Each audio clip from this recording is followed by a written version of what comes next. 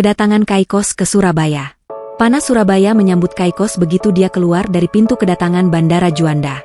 Udara terasa lengket di kulitnya yang putih, rambut pirang keritingnya langsung lepek keringat. Dia menarik koper besar warna pink metalik sambil mengumpat dalam bahasa Italia. 24 jam perjalanan dari Roma, transit di Singapura, ditambah pacar brengsek yang baru saja memutuskan dia lewat WhatsApp, membuat mood Kaikos sudah di titik terendah. Dia buka aplikasi taksi online, tapi harga yang muncul bikin matanya membelalak. Mahal banget. Akhirnya dia pindah ke aplikasi ojol yang lebih murah.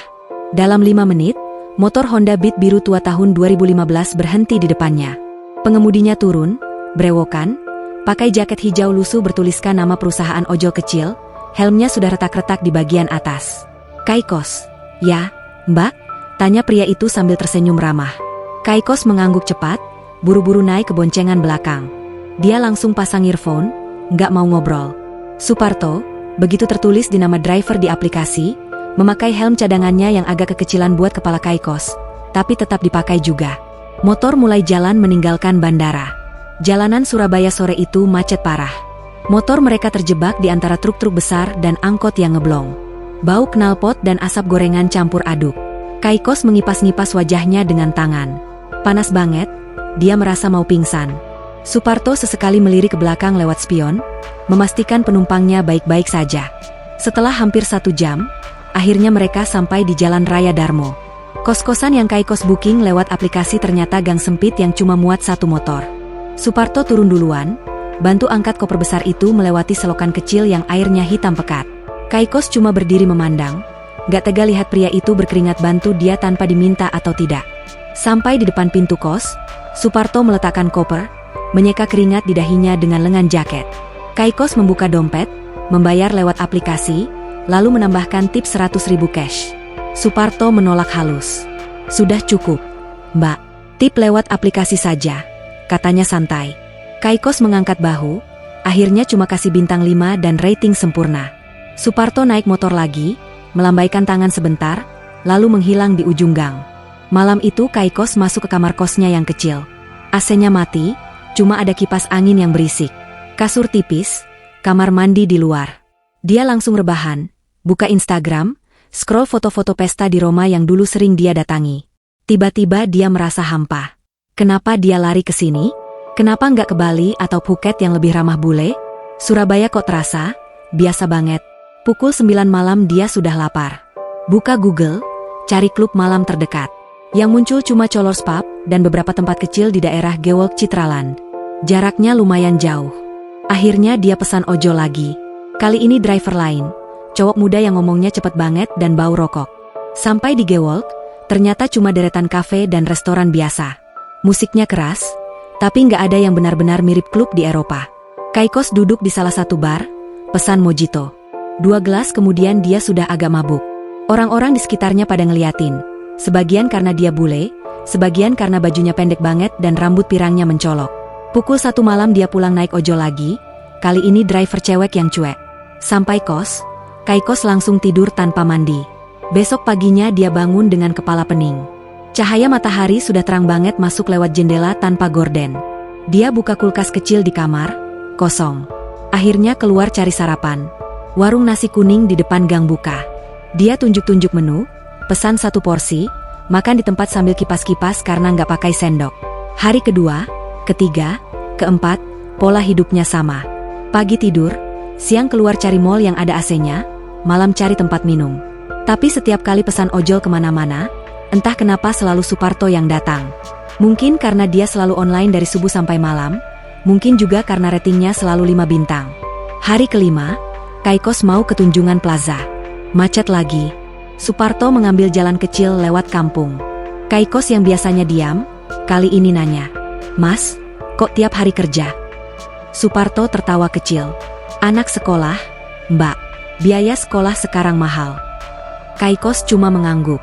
Dia lihat di spion, wajah Suparto kelihatan capek tapi matanya tetap tenang. Jaketnya sama seperti hari pertama, helmnya juga sama. Motornya berisik, tapi Suparto kayak nggak pernah kesal. Sampai mall, Suparto lagi-lagi bantu angkat tas belanjaan Kaikos yang banyak banget.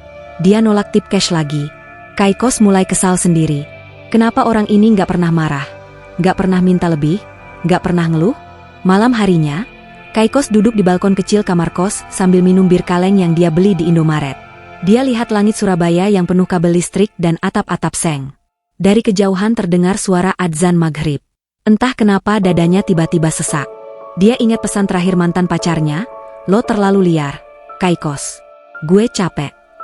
Dia buang bir kalengnya setengah, masuk kamar, rebahan. Besok harinya, tanpa sadar, dia pesan ojol lagi. Dan lagi-lagi, motor Beat biru tua itu yang datang. Suparto turun, senyum seperti biasa. "Kemana hari ini, Mbak?" Kaikos menghela napas panjang. "Entah, Mas. Keliling aja." Suparto mengangguk, nyalakan motor. Kaikos naik ke boncengan, kali ini tanpa earphone. Angin Surabaya yang panas tetap terasa, tapi entah kenapa hari itu terasa sedikit lebih ringan. Suparto jadi driver langganan. Hari-hari Kaikos di Surabaya mulai terasa berulang. Bangun siang, mandi, buka aplikasi ojol, ketik tujuan baru setiap hari. Tunjungan Plaza, Ciputra World, Pakuwon Mall, Pantai Kenjeran, House of Sampurna, bahkan sampai ke Taman Bungkul hanya karena bosan. Dan hampir setiap kali dia tekan pesan, motor Honda Beat biru tua itu yang muncul di depan kosannya. Suparto selalu datang tepat waktu, helm sudah disiapkan, senyumnya tetap sama meski terkadang matanya merah karena kurang tidur. Kaikos awalnya cuek. Earphone selalu nyantol di telinga, playlist EDM Eropa diputar kenceng. Dia cuma menunjukkan alamat di aplikasi, naik motor, turun, bayar, pergi. Suparto juga nggak pernah maksa ngobrol, paling cuma bilang, "Hati-hati licin, Mbak, kalau habis hujan, atau mau lewat mana, Mbak, cepat atau nyaman?" Kaikos selalu jawab singkat, "Cepat aja." Tapi lama-lama dia mulai perhatikan hal-hal kecil. Suparto selalu pakai jaket yang sama, hijau tua dengan logo ojol kecil di dada. Helm cadangannya selalu bersih meski motornya sudah penuh debu. Kalau macet parah, Suparto nggak pernah klakson seenaknya seperti driver lain. Paling cuma nyanyi-nyanyi pelan lagu dangdut lawas yang keluar dari radio kecil yang dipasang di stang motor. Kaikos kadang ngintip lewat spion, lihat Suparto menguap lebar tapi tetap fokus nyetir. Suatu malam Kaikos keluar sampai larut. Dia ke Colors Pub di daerah Citraland Barat, minum terlalu banyak koktail, dansa sendirian di tengah lantai yang sepi. Pukul 2 malam dia baru pesan ojol pulang. Aplikasi menunjukkan Suparto lagi-lagi yang ambil orderan. Kaikos sudah setengah mabuk, kakinya goyang waktu naik motor. Suparto turun, pegang lengan Kaikos pelan biar nggak jatuh, lalu bantu dia duduk di boncengan. Kaikos langsung memeluk pinggang Suparto erat-erat karena takut jatuh. Bau sabun colek murah dan keringat bercampur. Tapi entah kenapa Kaikos merasa aman. Sepanjang jalan, Kaikos muntah di pinggir jalan. Suparto berhenti, turun, belikan air mineral di warung 24 jam, lalu tunggu sampai Kaikos selesai. Dia nggak ngomel, cuma bilang pelan-pelan minumnya, "Mbak." Setelah itu perjalanan dilanjutkan. Sampai kos, Suparto bantu Kaikos naik tangga sempit sampai ke pintu kamar. Kaikos cuma bisa mengangguk lemah. Masuk kamar, langsung ambruk di kasur tanpa ganti baju. Besok paginya Kaikos bangun dengan kepala berat. Dia buka aplikasi ojol, lihat riwayat perjalanan semalam. Ada pesan dari Suparto yang masuk jam 5 pagi, "Semoga Mbak sudah baikan. Kalau butuh apa-apa kabari aja ya." Kaikos merasa malu setengah mati. Dia buka chat, ketik minta maaf panjang-panjang dalam bahasa Inggris, baru sadar Suparto mungkin gak terlalu jago bahasa Inggris. Akhirnya dia hapus, ketik ulang pakai bahasa Indonesia yang belepotan, "Maaf banget ya Mas, tadi malam aku mabok. Makasih banyak udah sabar." Suparto cuma balas stiker jempol dan tulisan, "Gak apa-apa Mbak. Yang penting selamat." Sejak hari itu Kaikos mulai agak berubah. Dia tetap keluar malam, tetap minum, tapi nggak sampai mabuk berat lagi. Dia juga mulai sesekali lepas earphone waktu naik motor Suparto. Kadang dia tanya hal sepele, seperti, "Mas makan belum?" Atau, "Hari ini narik dari jam berapa?"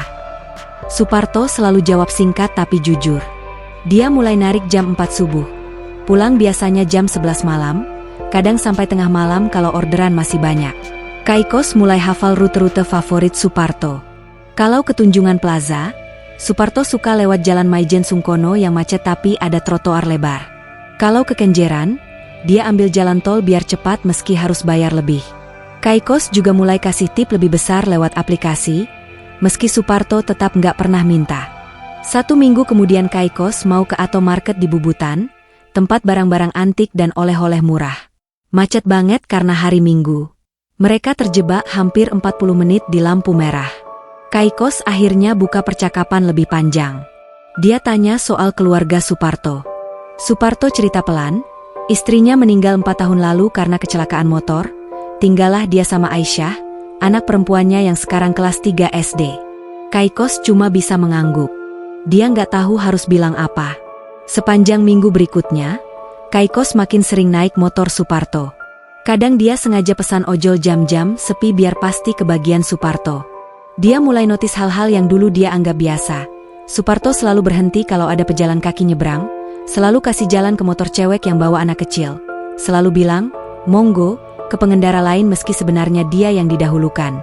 Kaikos mulai membandingkan. Di Roma, orang-orang lebih individualis, semua buru-buru, nggak peduli orang lain. Di sini, meski miskin dan capek, Suparto kelihatan tenang. Satu malam Kaikos pulang dari mall sendirian, tas belanjaannya banyak banget. Suparto bantu angkat semua tas itu sampai ke lantai 2 kosannya. Kaikos nawarin minum, Suparto tolak halus karena masih banyak orderan. Waktu Suparto sudah di bawah, Kaikos berdiri di balkon, lihat motor biru tua itu menyalakan lampu, lalu menghilang di ujung jalan. Dadanya terasa hangat, entah kenapa. Malam itu, sebelum tidur, Kaikos buka aplikasi ojol, lihat foto profil Suparto yang buram. Dia tersenyum kecil. Besok dia sudah tahu mau kemana. Nggak ke mall, nggak ke bar, cuma muter-muter kota aja. Yang penting naik motor itu lagi. Suparto sakit, Kaikos yang panik. Hujan deras mengguyur Surabaya 3 hari berturut-turut. Jalanan banjir di mana-mana, orderan ojol sepi karena orang males keluar. Suparto tetap narik dari subuh sampai malam, jaketnya basah kuyup, sepatunya becek. Malam keempat, dia pulang ke kontrakan kecilnya di daerah Wonokromo dengan badan panas dingin. Pagi harinya dia sudah nggak kuat bangun. Batuknya keras, tenggorokannya sakit, badannya lemas sekali. Suparto cuma bisa chat tetangga minta tolong antar Aisyah ke sekolah. Dia matikan aplikasi ojol, tiduran di atas tikar tipis, kipas angin mati karena listrik token habis. Kontrakan sempit itu terasa makin pengap. Aisyah yang baru kelas 3 SD pulang sekolah sendiri, buka pintu dengan kunci cadangan, lihat bapaknya meringkuk di sudut sambil batuk-batuk. Di kosan Darmo, Kaikos mulai bingung. Sudah 3 hari dia pesan ojol kemana-mana, nggak pernah kebagian Suparto lagi. Driver lain datang, tapi rasanya beda. Mereka buru-buru, klakson seenaknya, kadang bau rokok menyengat. Kaikos akhirnya buka aplikasi, cari nama Suparto di riwayat perjalanan, lalu buka fitur chat. Mas Par, kok nggak online? Ketiknya pagi hari keempat. Balasan datang lambat, hampir 1 jam kemudian. Hanya 2 kata, lagi sakit. Kaikos langsung duduk tegak di kasur. Entah kenapa dadanya berdenyut aneh. Dia tanya lagi, sakit apa? Parah nggak?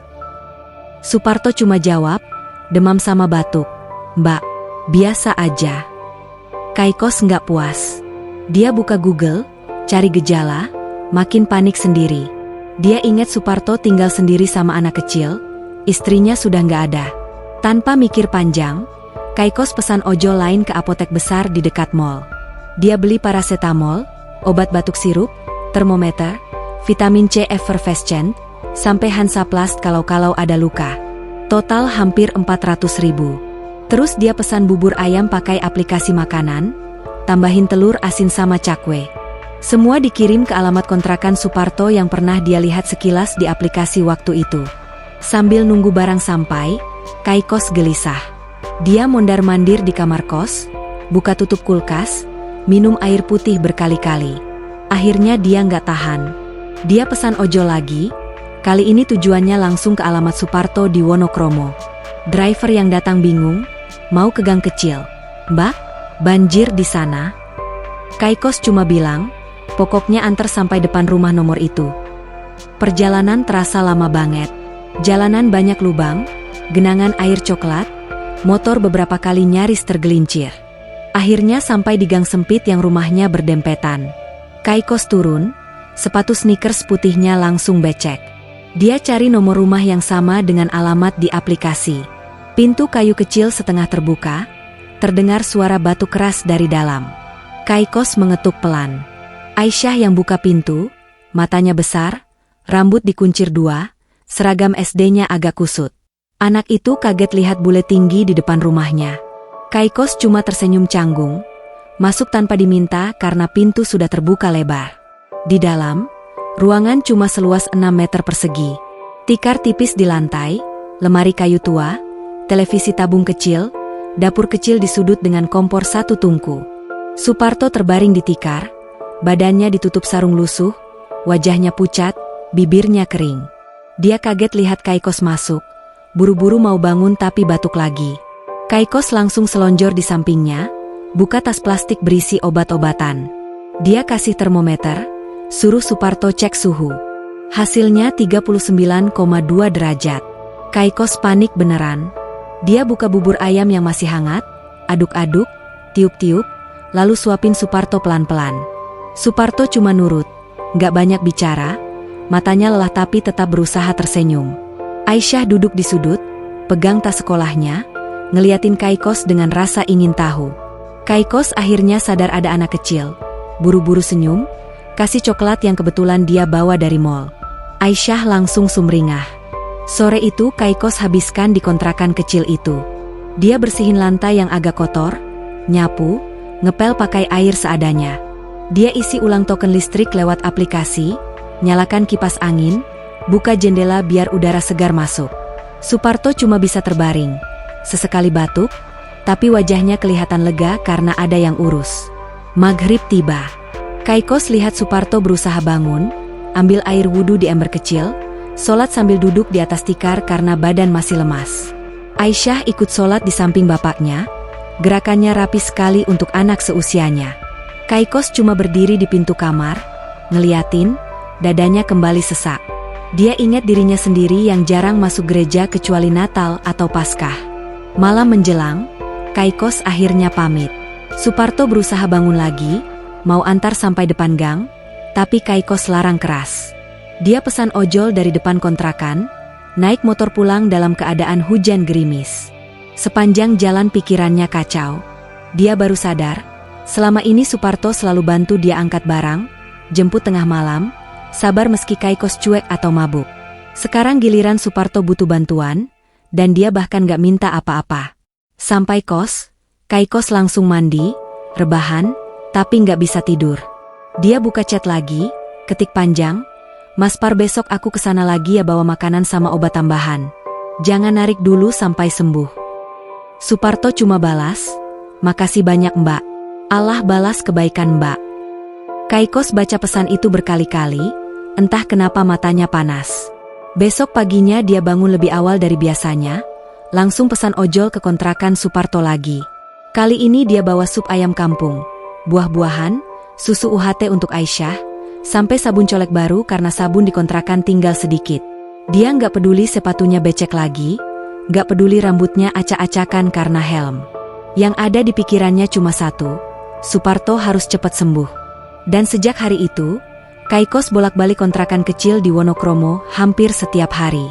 Bukan lagi sebagai penumpang, tapi sebagai orang yang mulai peduli beneran. Kaikos mulai belajar agama diam-diam. Suparto sembuh total setelah 10 hari. Dia kembali narik ojol seperti biasa, tapi Kaikos sudah berubah jadwal. Pagi-pagi dia sering mampir dulu ke kontrakan Wonokromo sebelum kemana-mana.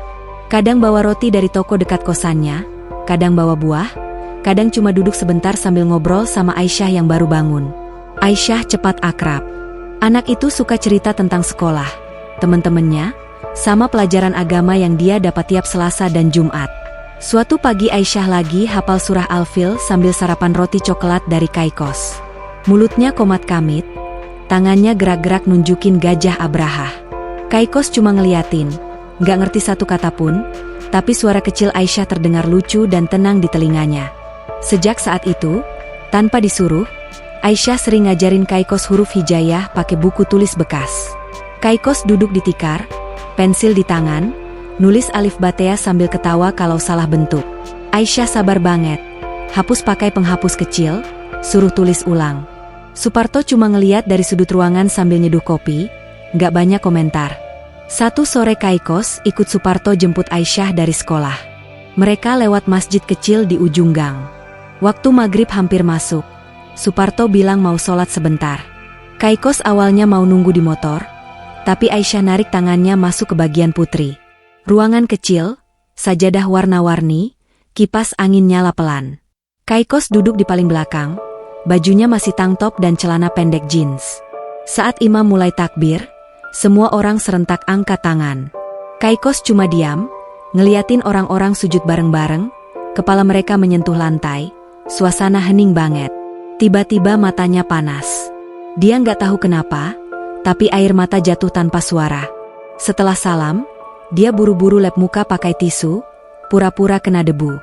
Malamnya di kosan, Kaikos buka YouTube, cari video, cara sholat untuk pemula. Dia coba ikutin sendiri di atas karpet, tapi malu sendiri karena gerakannya kaku dan sering salah. Besoknya dia chat Suparto, nanya apakah ada ustazah yang bisa ngajar cewek. Suparto langsung kasih nomor Bu Nur, tetangga sebelah kontrakan yang sering ngajar TPA gratis. Besok sorenya Bu Nur datang ke kontrakan Suparto. Perempuan umur 50-an, jilbab lebar warna krem, senyumnya ramah. Kaikos duduk di tikar, kakinya selonjor karena belum biasa bersila lama. Bu Nur mulai dari nol. Niat masuk Islam, 2 kalimat syahadat, arti tauhid. Kaikos dengerin serius. Sesekali nanya pakai bahasa Indonesia yang masih kacau. Bu Nur sabar, jelasin pelan-pelan. Pertemuan pertama cuma 45 menit, tapi Kaikos pulang dengan perasaan aneh. Dadanya ringan, tapi pikirannya penuh pertanyaan. Malam itu dia buang 2 botol wine yang masih tersisa di kulkas kecil kosannya. Dia nggak tahu kenapa, cuma merasa nggak cocok lagi.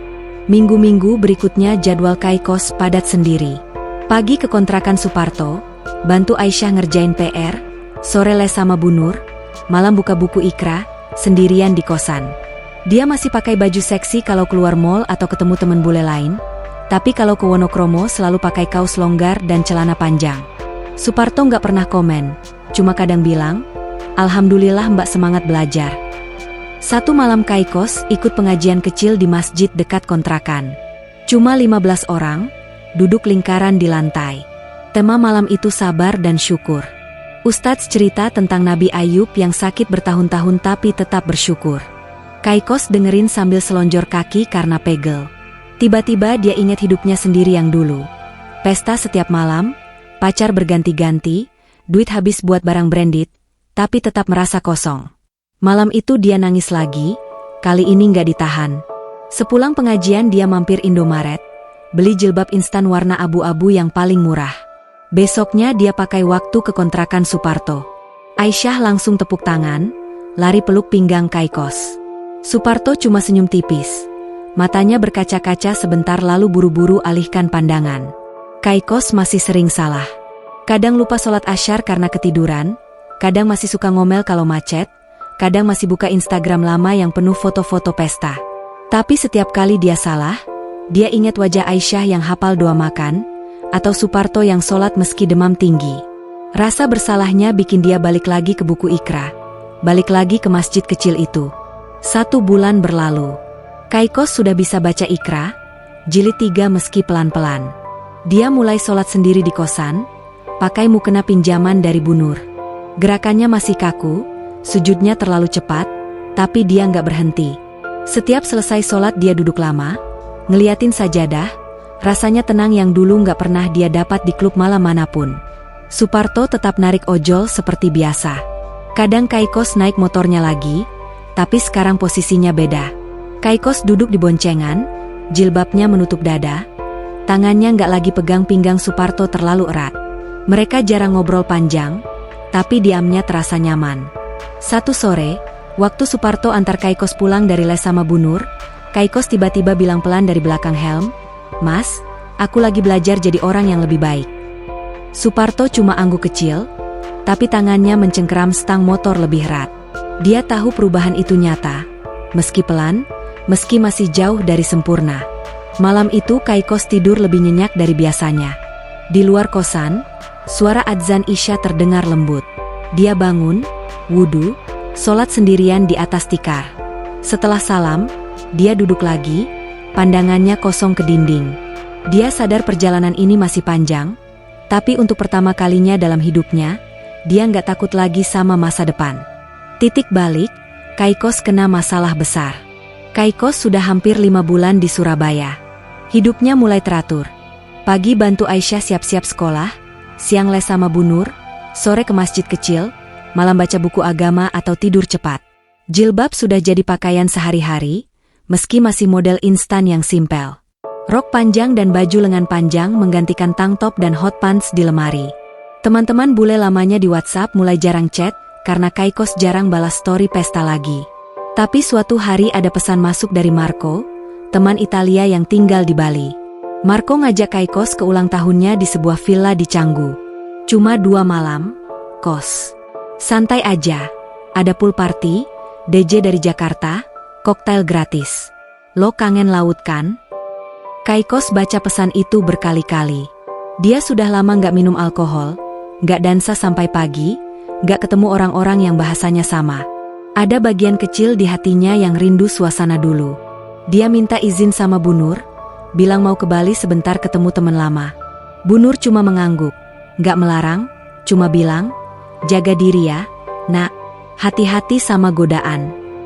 Kaikos senyum, yakin dirinya sudah kuat. Jumat sore dia naik pesawat murah ke Denpasar. Suparto antar sampai Bandara Juanda, matanya kelihatan khawatir tapi nggak ngomong apa-apa. Kaikos cuma bilang, Senin aku balik kok, Mas.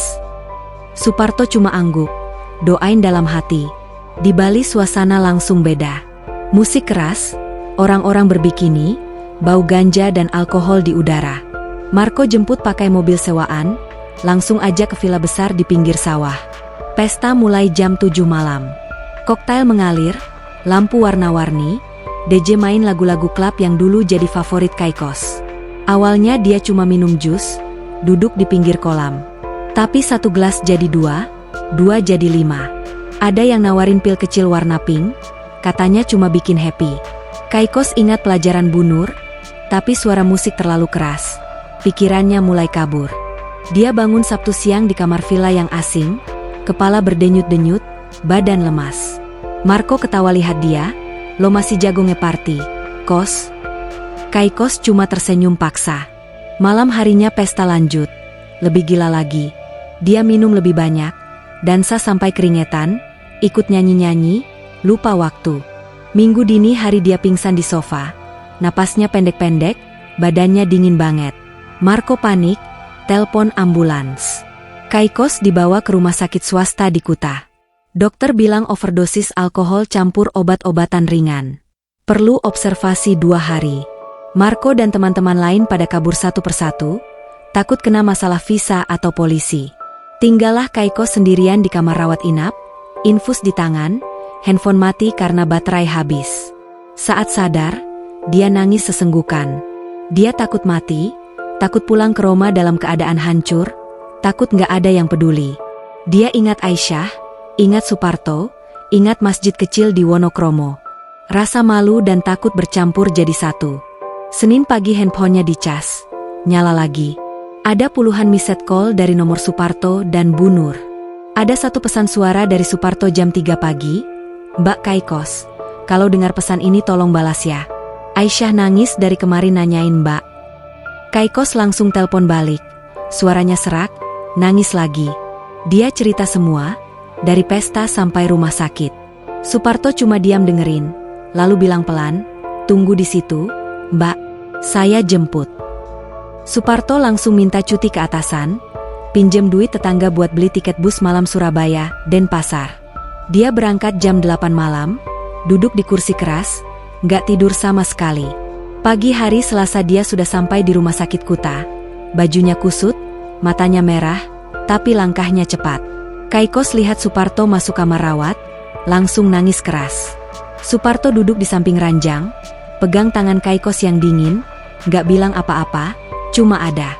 Setelah dokter kasih izin pulang, Suparto bayar tagihan rumah sakit pakai tabungan yang selama ini disisihkan buat beli motor baru. Kaikos mau ganti, Suparto tolak. Nanti aja, Mbak. Yang penting pulang dulu. Mereka naik bus malam lagi balik ke Surabaya. Kaikos tidur di pundak Suparto sepanjang perjalanan, badannya masih lemas. Di tengah malam dia bangun, muntah di kantong plastik, nangis lagi. Suparto cuma pegang pundaknya, kasih air minum, lap muka pakai tisu basah yang dia bawa dari rumah. Sampai Surabaya Rabu pagi, Suparto bawa Kaikos langsung ke kontrakannya sendiri, bukan ke kosan. Aisyah lari peluk Kaikos, nangis juga. Kaikos duduk lemas di tikar, muka pucat, rambut acak-acakan. Suparto masak bubur polos, suapin pelan-pelan. Kaikos makan sedikit, lalu tidur hampir seharian. 2 hari berikutnya Kaikos tinggal di kontrakan Suparto. Dia nggak bisa balik ke kosan karena masih takut sendiri. Setiap bangun tidur dia nangis, minta maaf berkali-kali. Suparto cuma bilang, "Sudah lewat, Mbak. Yang penting sekarang istirahat." Aisyah tidur nempel sama Kaikos, pegang tangannya erat-erat. Malam ketiga, Kaikos duduk di teras kontrakan, lihat langit Surabaya yang gelap. Dia buka handphone, hapus semua kontak teman pesta, hapus aplikasi dating, hapus foto-foto lama yang pakai bikini. Dia buang kartu SIM Bali yang dipakai selama di sana. Dia tahu, kalau nggak ada Suparto yang jemput, mungkin dia sudah nggak ada sekarang. Sebelum tidur dia sujud syukur pertama kali dalam hidupnya yang benar-benar dari hati. Dia nangis sampai basah sajadah pinjaman. Suparto cuma ngeliat dari pintu kamar, nggak ganggu, cuma tersenyum kecil. Besok paginya Kaikos bangun lebih segar. Dia mandi, pakai jilbab lagi, bantu Suparto masak nasi goreng buat sarapan. Dia lihat wajah Suparto yang capek tapi lega, lihat Aisyah yang ceria lagi. Dia sadar satu hal, orang-orang yang benar-benar sayang gak pernah minta apa-apa balik. Dan sejak hari itu Kaikos berjanji dalam hati, dia gak akan pernah balik lagi ke hidup lama. Biar pelan, biar susah, dia mau jadi orang yang lebih baik. Bukan buat orang lain, tapi buat dirinya sendiri dan buat Allah yang sudah selamatkan dia lewat tangan Suparto, driver ojol biasa yang luar biasa. Perubahan nyata Kaikos. Kaikos pindah dari kosan Darmo ke kontrakan kecil di sebelah rumah Suparto, hanya 2 minggu setelah pulang dari Bali. Kontrakan itu kosong sudah lama, cuma 1 kamar, kamar mandi luar, tapi dekat. Dia bayar setahun di muka pakai tabungan yang tersisa dari influencer dulu. Suparto awalnya nggak setuju, takut orang-orang gak ngomongin. Kaikos cuma jawab singkat, "Aku sudah besar, Mas. Aku yang tanggung jawab." Hari pertama pindah, Kaikos buang semua baju pendek, rok mini, dan tank top ke dalam karung besar. Dia kasih ke pembantu rumah tangga tetangga yang punya anak remaja. Lemari sekarang cuma berisi gamis, jilbab segi 4, kaos lengan panjang, dan rok panjang warna-warna kalem. Sepatu hak tinggi diganti sandal jepit biasa, dan sepatu kets putih polos. Handphonenya dibersihkan total. Instagram lama dinonaktifkan, akun baru dibuat cuma buat foto makanan sama pemandangan Surabaya. Pagi-pagi Kaikos bangun sebelum subuh. Dia ikut Suparto sholat berjamaah di masjid kecil. Awalnya dia masih duduk di baris paling belakang bagian putri, takut salah gerakan. Tapi lama-lama dia pindah ke baris depan, ikut imam dengan tenang. Setelah sholat, dia duduk sebentar baca Al-Quran pakai terjemahan Indonesia yang dibeli di toko buku Gramedia. Pelan-pelan, tapi pasti, alkohol sudah nggak ada lagi di hidupnya. Bir kaleng terakhir dibuang ke tong sampah gang sebelum pindah. Rokok juga berhenti total, meski kadang masih kangen baunya. Kalau lagi stres, dia cuma minum air putih banyak-banyak atau jalan kaki keliling gang sambil baca tasbih di kantong gamis. Kaikos mulai sholat 5 waktu tepat waktu. Kadang masih telat 5 atau 10 menit, tapi dia selalu kejar. Kalau lupa, dia langsung kada begitu ingat. Bu Nur tambah senang, lesnya naik jadi 3 kali seminggu. Kaikos sudah lancar baca Quran jilid 6, hafal beberapa surah pendek, Al-Ikhlas, Al-Falah, An-Naas, Al-Kafirun, sampai Al-Kautsar. Suara bacanya masih kaku, aksen Italianya masih terdengar, tapi semua orang di masjid bilang manis didengar. Uang yang dulu dipakai belanja branded sekarang dipakai hal lain. Kaikos beli kulkas kecil 2 pintu buat kontrakan Suparto supaya susu Aisyah nggak cepat basi. Dia beli seragam sekolah baru, tas baru, sepatu baru buat Aisyah. Dia juga bayar les matematika tambahan buat Aisyah yang lemah di pelajaran itu. Suparto selalu nolak kalau dikasih uang langsung, jadi Kaikos cari cara lain. Satu hari Kaikos lihat motor Beat biru tua Suparto sudah ngorok-ngorok naik turun jalanan macet. Dia langsung ke dealer Honda, bayar cash 1 unit Beat baru warna hitam dop. Motor lama ditukar tambah. Besoknya motor baru sudah ada di depan kontrakan Suparto, kunci ditaruh di atas tikar sambil tidur. Suparto bangun pagi, kaget setengah mati. Dia tolak keras, bilang gak pantas, tapi Kaikos cuma tersenyum. Motor lama aku jual buat bayar utang rumah sakit Bali dulu, Mas. Ini gantinya. Suparto akhirnya terima dengan syarat. Motor atas nama Aisyah, nanti buat sekolah SMA. Kaikos nggak berhenti di situ. Dia lihat masjid kecil di ujung gang atapnya bocor, temboknya retak-retak, kipas angin cuma 2 biji. Dia hitung-hitung, uang tabungannya masih cukup. Dia buka donasi kecil-kecil lewat Instagram barunya, cerita rencana renovasi masjid tanpa nyebut nama dirinya. Dalam sebulan terkumpul hampir 100 juta dari followers baru, yang mayoritas emak-emak Surabaya. Tukang langsung kerja, atap diganti genteng baru, tembok dicat putih bersih, lantai keramik baru, kipas angin ditambah 6 biji, sound system diganti yang lebih bagus. Masjid kecil itu sekarang terlihat jauh lebih terang dan sejuk. Suparto tetap narik ojol setiap hari. Dia nggak mau berhenti kerja meski Kaikos sudah sering kasih uang saku bulanan lewat Aisyah. Laki-laki harus kerja, Mbak, katanya setiap kali Kaikos nawarin bantuan lebih. Kaikos cuma mengangguk, nggak memaksa lagi. Malam-malam Kaikos sering duduk di teras kontrakan barunya sambil ngajar Aisyah baca Quran. Suara mereka berdua terdengar sampai ujung gang. Kadang Suparto pulang larut, lihat lampu teras masih nyala, senyum kecil sendiri. Hubungan mereka tetap biasa saja, nggak lebih dari abang dan adik. Suparto memanggil Kaikos, Mbak, terus. Kaikos memanggil Suparto, Mas Par, atau kadang, Abang, kalau lagi manja sama Aisyah. 1 tahun setelah kejadian Bali, Kaikos resmi mengucap syahadat di masjid yang baru direnovasi itu. Saksinya Suparto, Bu Nur, dan beberapa tetangga.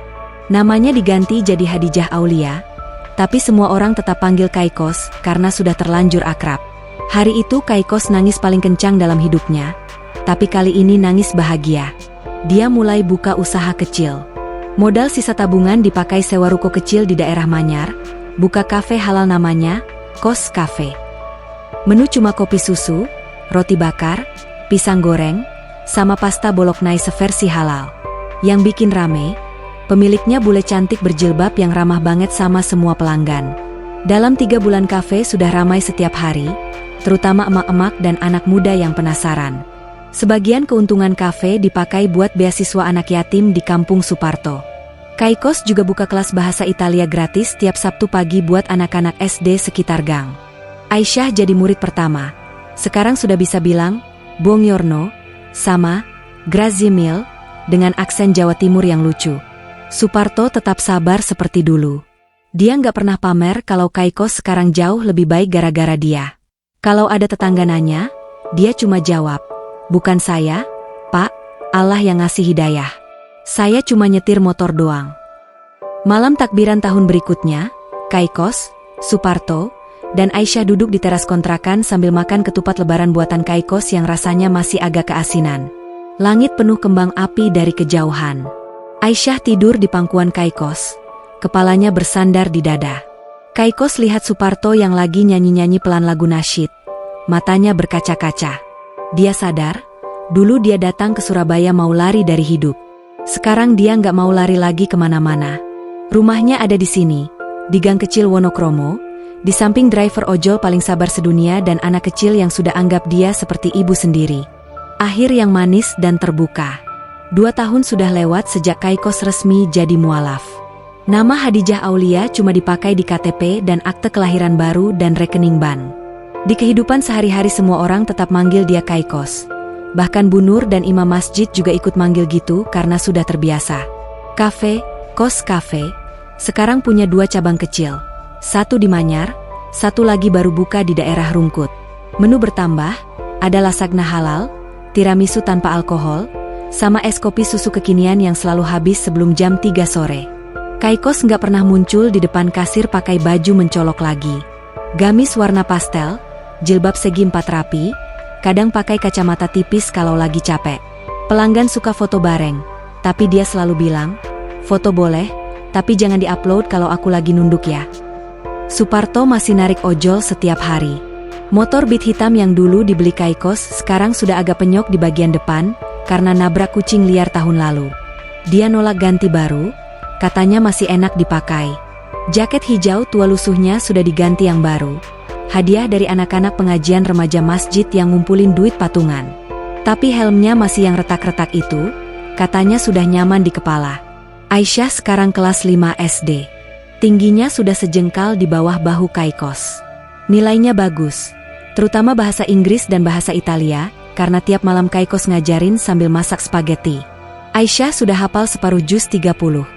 Suara tahfiznya sering diputar di sound system masjid tiap bada maghrib. Anak-anak kecil lain pada iri, ikut-ikutan les sama bule Kaikos. Pagi hari biasanya begini, subuh berjamaah di masjid, Suparto jadi imam kecil di saf laki-laki, Kaikos di saf paling depan bagian putri.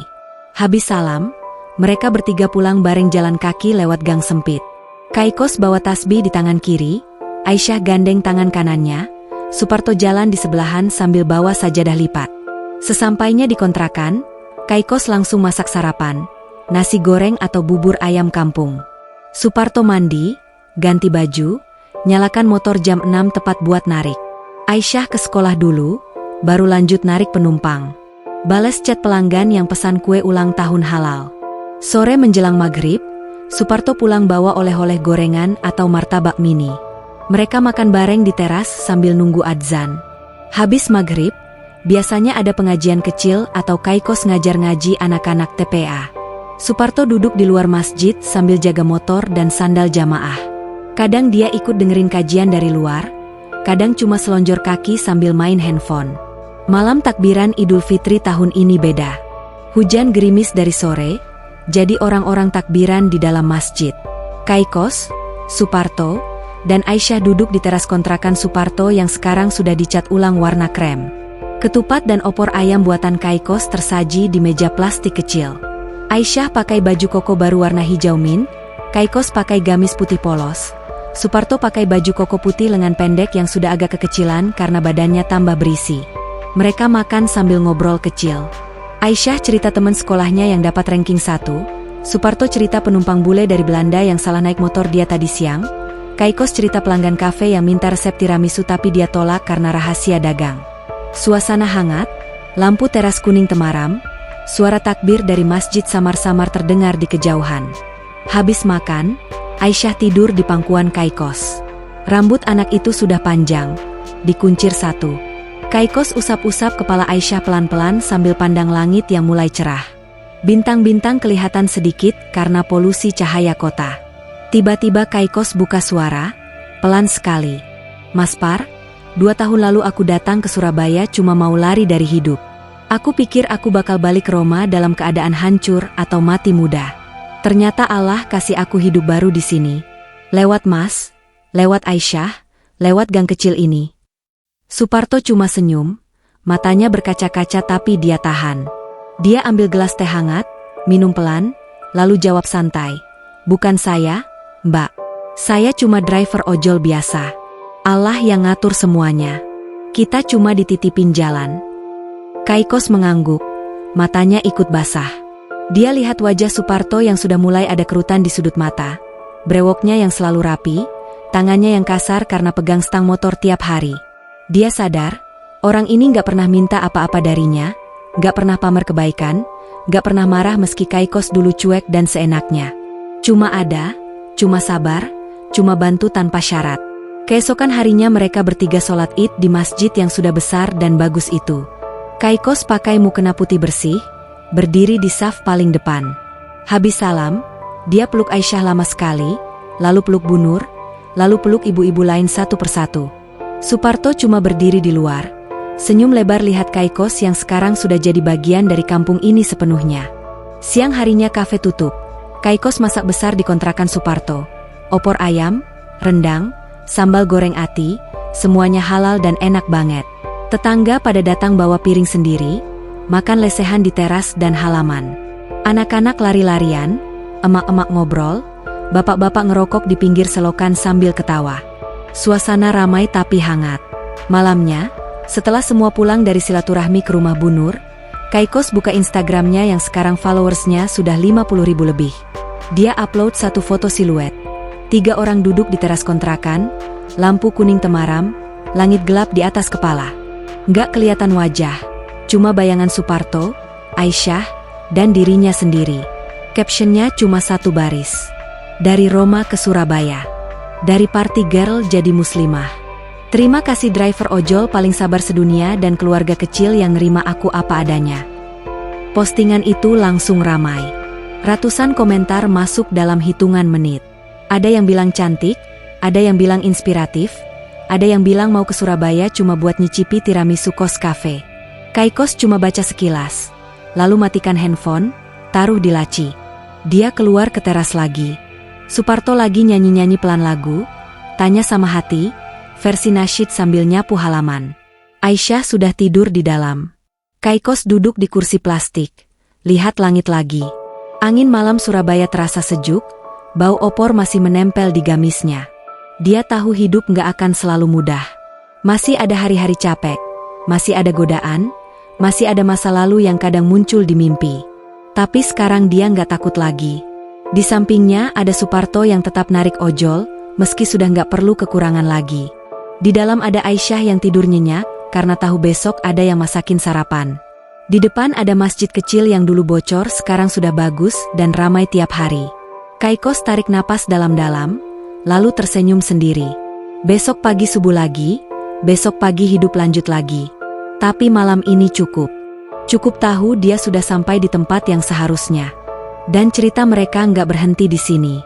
Mungkin suatu hari Aisyah kuliah di Italia pakai beasiswa. Mungkin kos cafe buka cabang di Jakarta. Mungkin Suparto akhirnya pensiun narik dan jadi guru ngaji motoran.